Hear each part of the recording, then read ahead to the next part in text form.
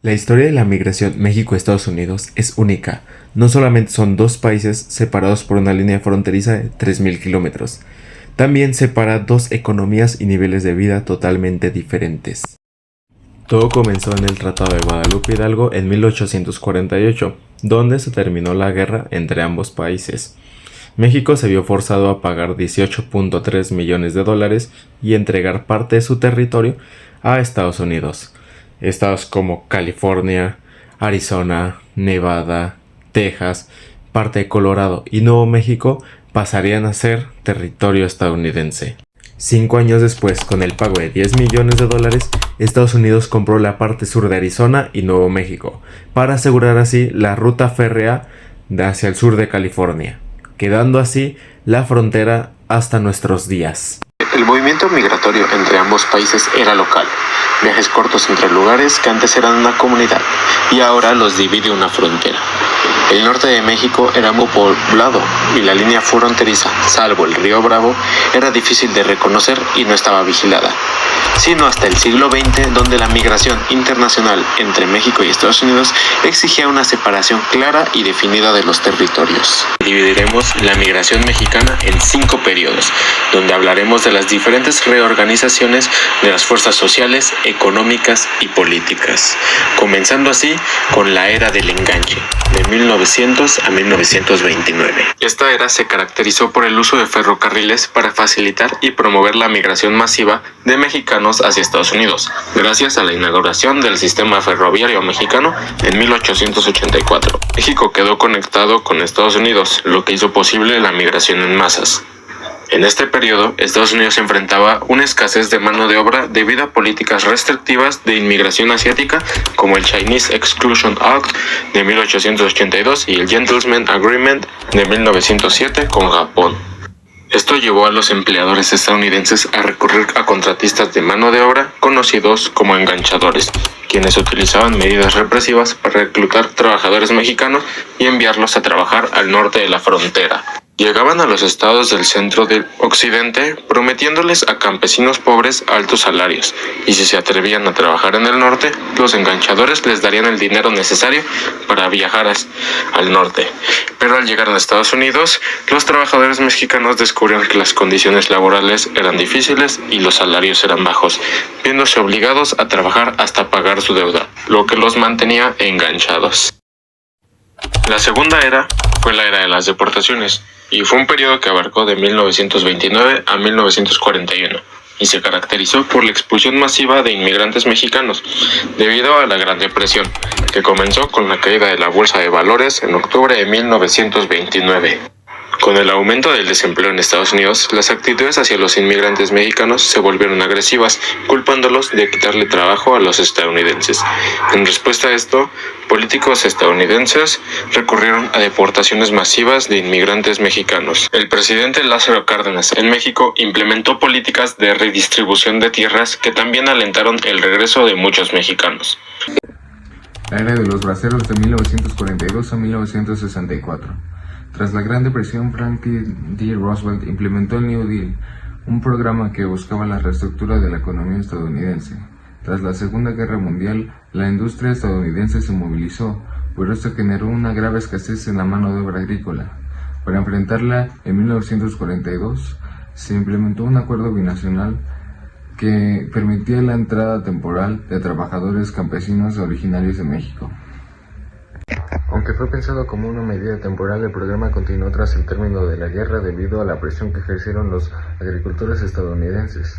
Esto llevó al surgimiento de nuevos problemas como la contratación de trabajadores indocumentados y la corrupción en los contratos, lo que llevó al aumento de inmigrantes no autorizados. En 1951, la Ley Pública 78 dio bases legales permanentes al programa Bracero, logrando el aumento de visas otorgadas. En 1965, la Asociación de Derechos Civiles logró eliminar el programa Bracero, poniendo fin al trabajo temporal mexicano y estableciendo nuevas políticas más equitativas, aunque con restricciones hacia inmigrantes latinoamericanos. La era de la inmigración indocumentada de 1965 a 1985. En 1965, junto con el término de las políticas migratorias, Estados Unidos enfrenta una serie de consecuencias por estos años. Los agricultores habían vuelto muy dependientes de la mano de obra mexicana. En teoría, los cultivadores habrían podido atraer a los trabajadores nativos para que se reintegraran en la fuerza laboral agrícola. Entre 1942 y 1965, miles de braceros tuvieron la oportunidad de habituarse a las prácticas de empleo en Estados Unidos. La inmigración de indocumentados quizá no habría crecido después del deceso del programa Braceros si este no le hubiera seguido inmediatamente la imposición de nuevas restricciones a la inmigración legal de mexicanos. A principios de 1968 se impusieron nuevas restricciones numéricas a la inmigración mexicana. En este año se aplicó el límite de 120,000 visas para todo el hemisferio. Los mexicanos demandaron al INS protestando que se les estaba negando injustamente el acceso a las visas hemisféricas. En 1976, el Congreso autorizó nuevas enmiendas a la Ley de Inmigración y Nacionalidad. Las políticas de Estados Unidos claramente habían sido exitosas en la reducción y la limitación del acceso de los mexicanos a las visas legales. La reducción drástica de la disponibilidad de visas legales coincide con una época de rápido crecimiento de la población y de decadencia de las fortunas económicas en México. Durante el régimen migratorio que prevaleció entre 1965 y 1986, los intereses profesionales de los oficiales de patrulla se vieron bien servidos por el número de arrestos y el rápido procesamiento de estos. Los inmigrantes querían evitar ser detenidos. El formato burocrático que se desarrolló para institucionalizar estos intereses complementarios fue llamado la Orden de Regreso Voluntario. Cada mexicano indocumentado que era arrestado cuando estaba intentando entrar a Estados Unidos tenía derecho a una audiencia ante un juez de inmigración, pero ni el migrante ni el oficial de patrulla fronteriza se interesaban. Por tanto, una vez se producía el arresto, el 97% de los mexicanos migrantes firmaba una orden de regreso voluntario, renunciando a su derecho a la audiencia y autorizando a la patrulla fronteriza a transportarlo voluntariamente a México. Entre 1985 y el 2000, la inmigración mexicana a Estados Unidos enfrentó cambios significativos. Aumentaron las detenciones de indocumentados y las comunidades mexicanas crecieron. En 1986, la ley IRCA combinó control fronterizo, sanciones a empleadores y amnistía para 2.3 millones de inmigrantes, reduciendo temporalmente la inmigración indocumentada. Sin embargo, estas cifras volvieron a subir con el tiempo. Mientras tanto, México implementó reformas neoliberales y firmó el NAFTA, promoviendo la integración económica con Estados Unidos, pero sin aliviar las tensiones migratorias. Este periodo evidenció la interacción compleja entre políticas migratorias y realidades económicas.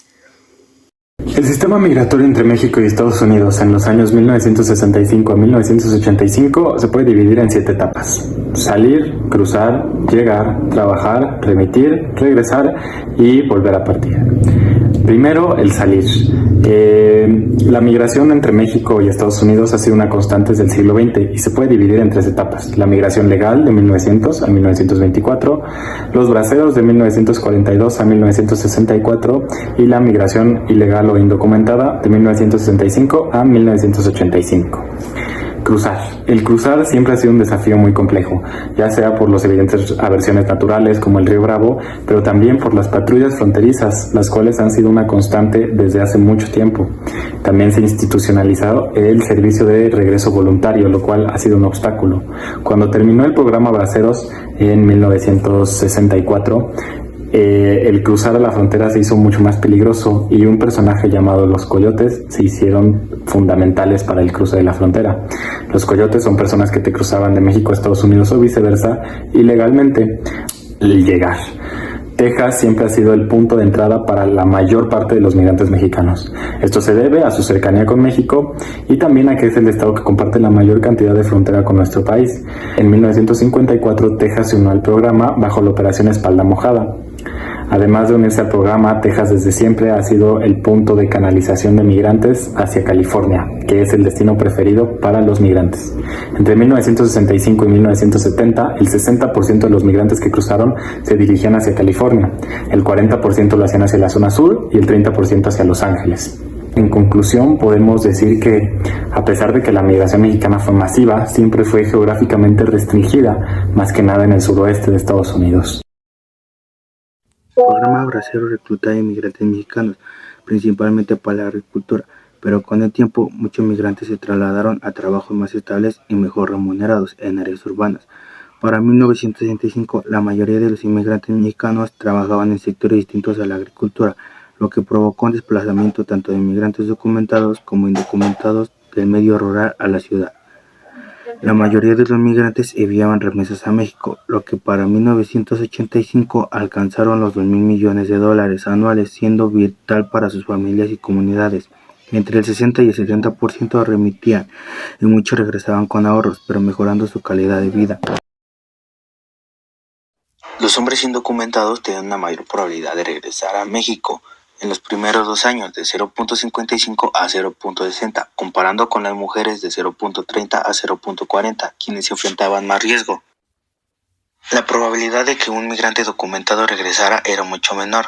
Entre 1975 y 1980 hubo 4.9 millones más de migrantes indocumentados en Estados Unidos.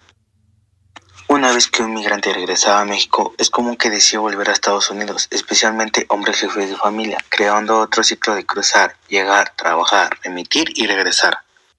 Aunque la probabilidad de un segundo viaje era de 0.4, entre 1973 y 1983, siendo más alta que la de quienes nunca habían emigrado. Tras el fin del programa Bracero y nuevas restricciones migratorias desde 1965, surgió una población de migrantes mexicanos con un perfil constante.